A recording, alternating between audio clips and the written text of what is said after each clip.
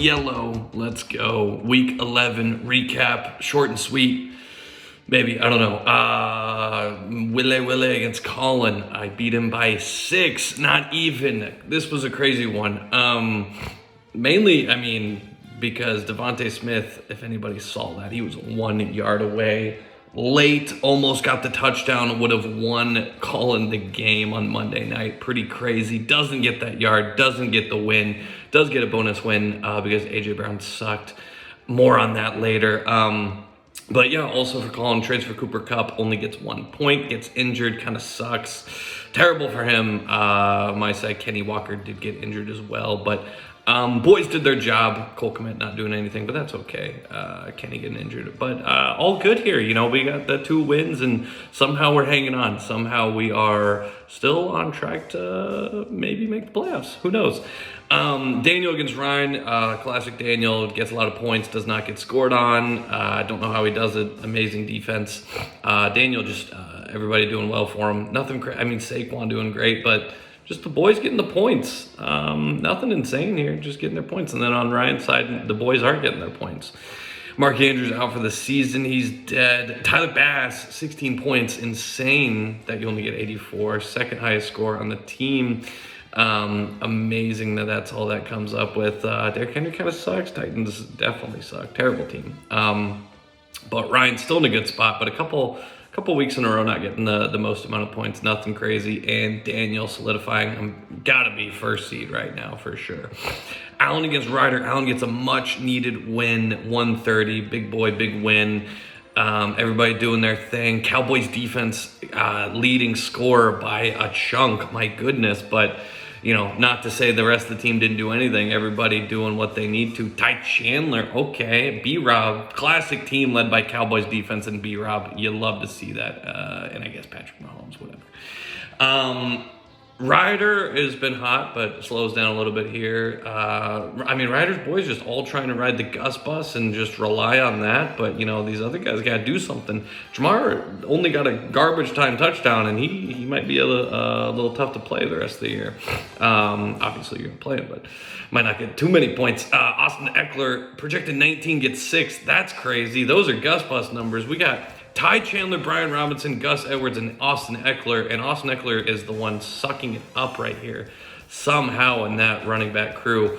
Whatever. Ryder's fine. Still hanging on. We're all hanging on right now. It's a pretty close playoff race right now.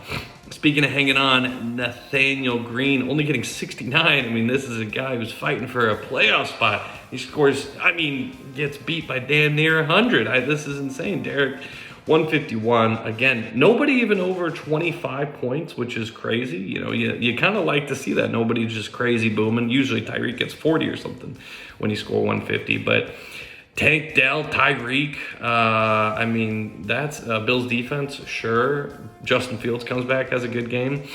Derek loves to see it. Goes to 13-9. A huge win to kind of scrape away from those bottom feeders at the lower end of the playoff seeding. Garrett Wilson, negative 0.1 points. Allen said he was your keeper. I guess we'll fact check him. I believe him, but that seems pretty crazy to me. Second round keeper selection. Insane. Averaging 10 points. That's pretty wild. Tough for Nathaniel, but he's still in. He has a better record than me, so he's definitely still in it somehow. I hate that. Timmy against Dalton. Timmy slides again. You know, we're in danger of falling to 500 after a bad week next week. Timmy just relying on his big 3 here, and they're not getting it done. McCaffrey doesn't even hit his projection. What a terrible player. But those 3 just can't carry all the weight here. Devin Ackney, getting 1 point. What is his average? It's still 19.6. Insane. He's not going to freaking hit that average again. Does get injured, but that's pretty crazy to see there. A.J. Brown, another one with 1 point. Insane. Dalton looked like a sure thing for 2 wins here, bonus and matchup, but somehow only gets a 1 point from A.J. Brown, and Devontae Smith does better than him. Brandon Ayuk does well. George Kittle, of course, playing the right tight end here. Good for Dalton. You really don't even need Logan Thomas at this point. Ryan needs a tight end, but I'm trying to trade with him, so don't do that. But Dalton gets at least a much-needed 1 win. I wish he kind of lost there. We would be tied. but that's okay. 9-13. The standings right now are pretty crazy. Look at them real quick. The worst in the league, of course, is myself. 8-14. Daniel's probably. Oh, I think he's locked in for the playoffs. I thought I saw that. Don't see it now. Whatever. But I mean, 4 9-13s is crazy. A lot of these teams are gonna make it. A lot of these teams aren't right here. So this is going to be tough, but whatever. We'll see what happens. The worst of the week was Nathaniel, obviously, because he got beat by 80-something. So we're going to do Chapter 2 of Nathaniel Greene, War Hero.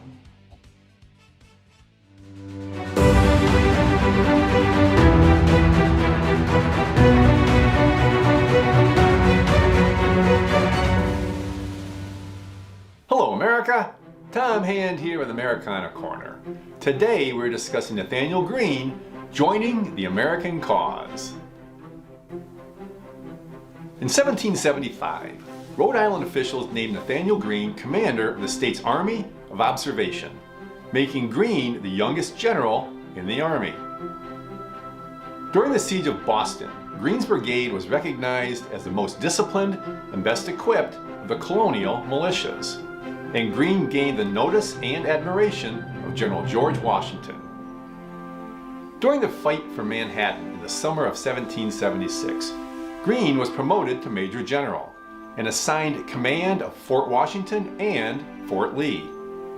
Unfortunately, Greene lost Fort Washington and its entire 3,000-man garrison when he did not evacuate it in time, and failed to hold Fort Lee as well. Despite the losses, Washington stood by Greene when others did not. At this pivotal moment, General Washington crossed the Delaware on Christmas night, 1776, to attack the Hessian garrison at Trenton. Washington entrusted the critical left wing of the assault to Greene. Within weeks, food, clothing, and medicine was in short supply, and the men suffered accordingly. To rectify the situation, Washington named Greene Quartermaster General, and Greene created an efficient supply system that prevented the further loss of American lives. Next week, we will discuss General Nathaniel Greene and his Southern Command. Until next time, may your love of country lead you.